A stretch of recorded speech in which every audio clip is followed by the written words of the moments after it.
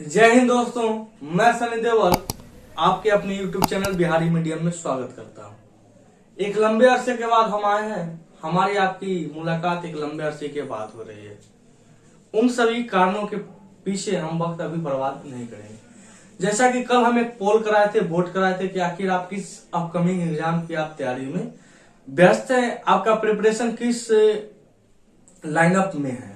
तो हमने उसमें ऑप्शन डाला था, जो क्वेश्चन था कि आप आगामी किस एग्जाम की तैयारी में व्यस्त है। क्वेश्चन हमारा यह था, जिसमें ऑप्शन हम डाले थे railway, SSC, CGL, CHSL, MTS, ये तीनों को मैंने एक कैटेगरी में रखा था। तीसरा एसएससी जीडी, जीडी को हम अलग रखे थे। और चौथा, जीडी का तो खैर ऐसे एग्जाम हो गया तो बात खत्म ही है। चौथा था आपका एयरफोर्स नेवी और पांचवा आपका इनमें से कोई नहीं, यानी आप किसी और एग्जाम की तैयारी में, जैसा कि अभी सीटेट वगैरह का भी चल रहा है तो हो सकता है आप उसमें व्यस्त हो।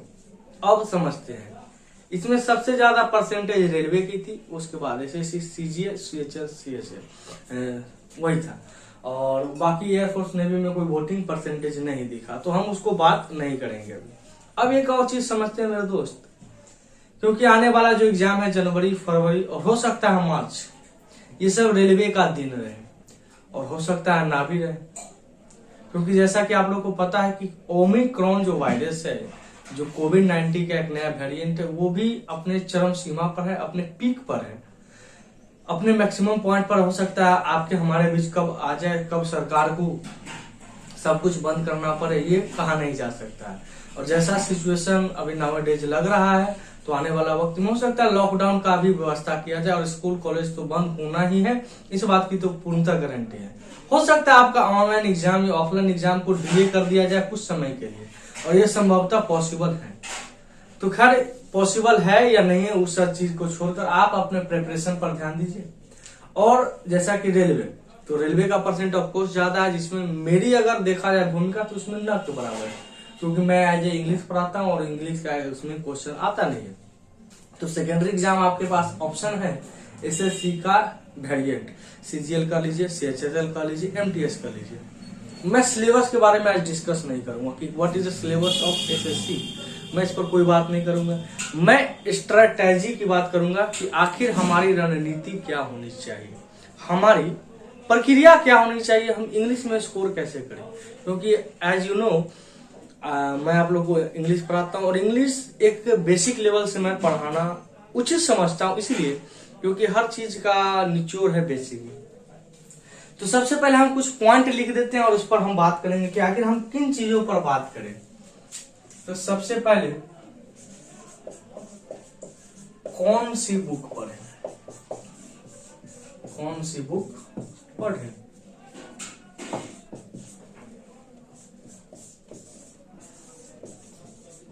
कितना घंटा पढ़ें, ये भी एक अहम क्वेश्चन।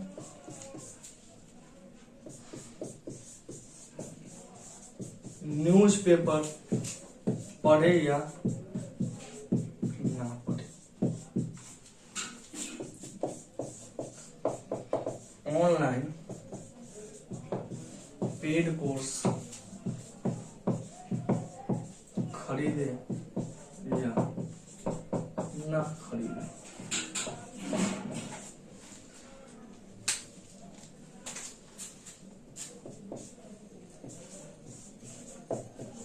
यूट्यूब काफी है या नहीं। ये 5 क्वेश्चन हम आपके सामने रख रहे हैं, और इसी 5 क्वेश्चन पर आज हम डिस्कस करेंगे, और उसके बाद कल से हम अपना सिलेबस की ओर, यानी जो अकॉर्डिंग टू एग्जामिनेशन होता है उसकी ओर हम पढ़ाई करेंगे। सबसे पहले इन 5 क्वेश्चनों को हम समझते हैं कि आखिर ये 5 क्वेश्चन हैं क्या।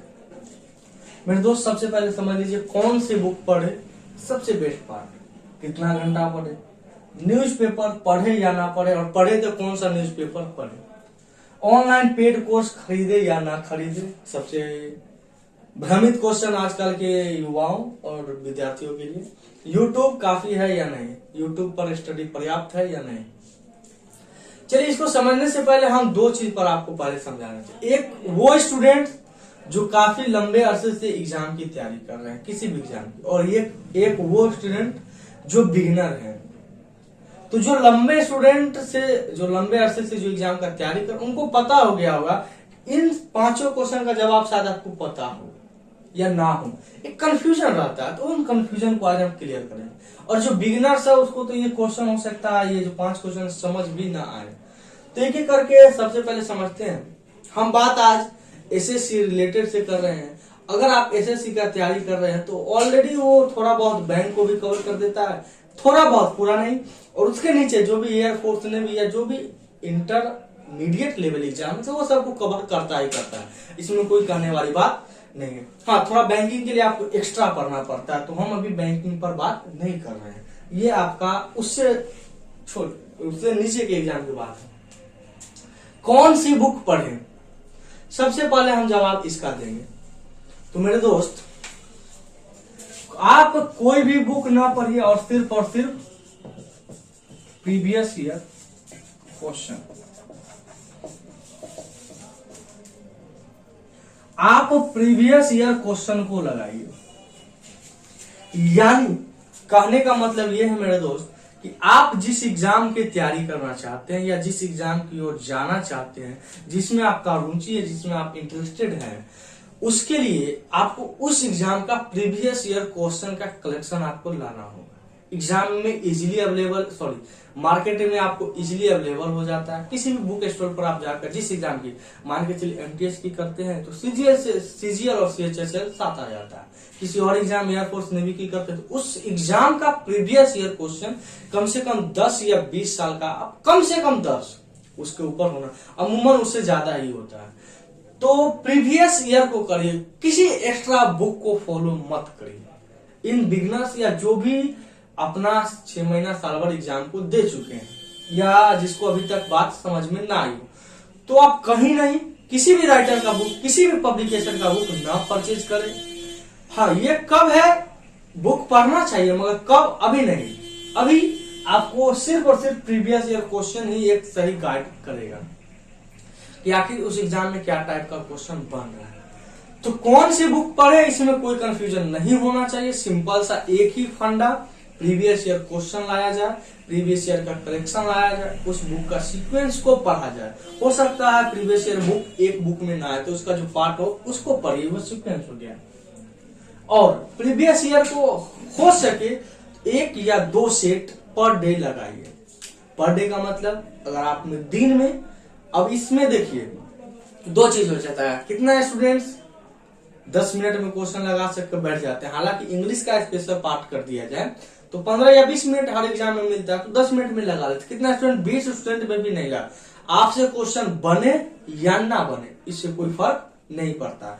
आपको करना यह है मेरे दोस्त कि आप जो भी सेट लगा रहे हैं, जो भी एग्जाम का तैयारी करके उसमें सेट लगा रहे हैं, हम यहाँ पर लिख देते हैं, यहाँ पर जो भी सेट लगा रहे हैं उसको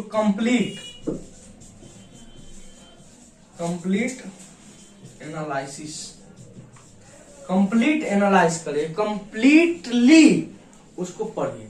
क्वेश्चन बनता है नहीं बनता, इट डजंट मैटर। आपको हर क्वेश्चन का जवाब सेट देने के बाद होना चाहिए, ताकि आप फिर से उस सेट को बनाए तो कोई कंफ्यूजन ना हो।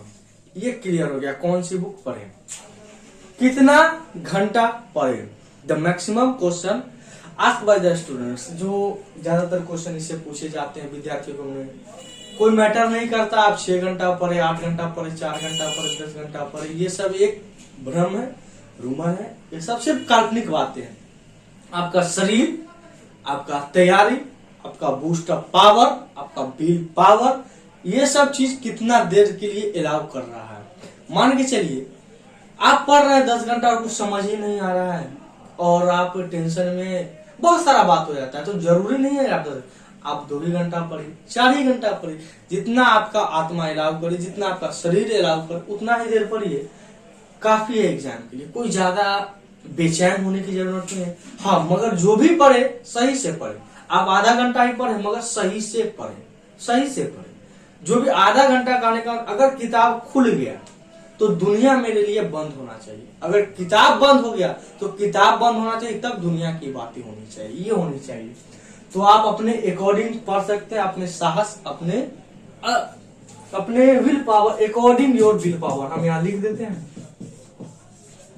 According to your will power, आपके विल पावर कहां तक उस चीज के लिए तैयार है वहां तक पढ़िए, कोई ज्यादा लाई लपटाई की जरूरत नहीं।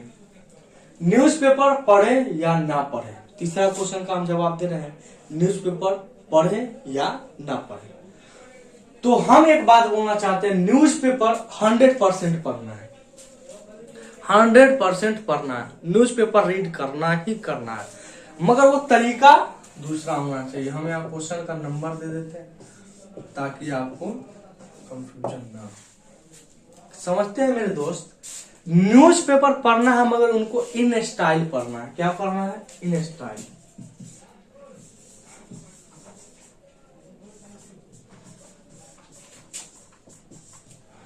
हमने लिखा रीड इन स्टाइल, यानी कि आपको स्टाइल में पढ़ना है।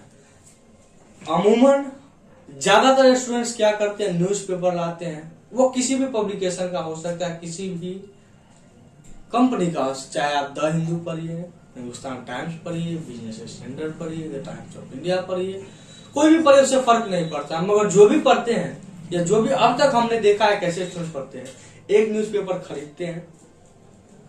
खरीदते होंगे और उसमें कोई भी एक टॉपिक अपने अकॉर्डिंग पसंद कर लेते होंगे या एडिटोरियल पार्ट को पढ़ते होंगे। यही दो ऑप्शन, या तो आप एडिटोरियल पढ़ लीजिए या कोई भी अपने अकॉर्डिंग टू पढ़ लीजिए। तो करते क्या होंगे कि सब तो पढ़ लेते होंगे और एक बार रीड करते होंगे, दो बार रीड करते होंगे, उसमें जो जो वर्ड नहीं आता होगा, जो जो वर्ड्स मीनिंग आपको नहीं आता, उसको अंडरलाइन करके बाद में आप एक जगह लिख लेते होंगे या उसको याद करते होंगे, फिर से उसको यही काम करते होंगे। तो रोज का यही काम हो सकता है, आप रिविजन करते होंगे या वीकली में एक बार हो सकता है। कितना स्टूडेंट्स न्यूज़पेपर एक ही खरीदता है और उसको 10 दिन 5 दिन पढ़ता है, सब सही है, बस उनको स्टाइल से पढ़ने की क्या जरूरत है, बस यही एक टॉपिक है, रीड इन स्टाइल।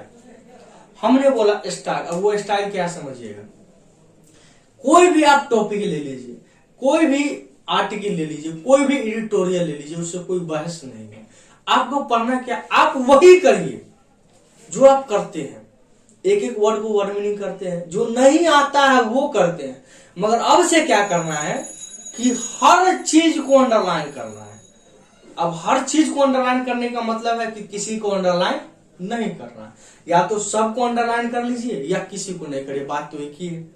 तो आपको हर एक पॉइंट को पढ़ना है, जैसे लिखा हुआ रहे, मान के चलिए ये लाइन ऑनलाइन पेड कोर्स, यही आपका न्यूज़पेपर में पहला लाइन है। तो आप क्या करते हैं, इसमें लिखा हुआ है ऑनलाइन पेड कोर्स, हमको पता है ऑनलाइन का मतलब क्या होता है, पेड का मतलब क्या होता है, कोर्स का मतलब क्या होता है। ये तीनों का वर्ड पता है तो ये तो इजी वे नहीं मेरे दोस्त। आपको क्या करना है, इसको भी अंडरलाइन करना है इस प्रकार, और इसको अंडरलाइन करने के बाद इस शब्द को पहचानना है कि आखिर ये शब्द नाउन का काम कर रहा है, वर्ब का काम कर रहा है, प्रीपोजिशन का काम कर रहा है, या प्रोनाउन का काम कर रहा है, या एडजेक्टिव का काम कर, आखिर ये वर्ड है क्या। आपको मीनिंग पता है, बस अब उस वर्ड को पहचानना है, यही मेन काम करना है। इन स्टाइल का मतलब यही है कि आपको उस वर्ड का क्या है, आखिर वो वर्ड किस चीज का काम कर रहा है, किस चीज से वो बना है, इसको समझना है। इसके बारे में अगर आपको नहीं आएगा तो कमेंट कर दीजिएगा, हम आपको एक अलग से एक वीडियो बनाकर उसमें बताएंगे कि आखिर न्यूज़पेपर को इन स्टाइल कैसे पढ़ना।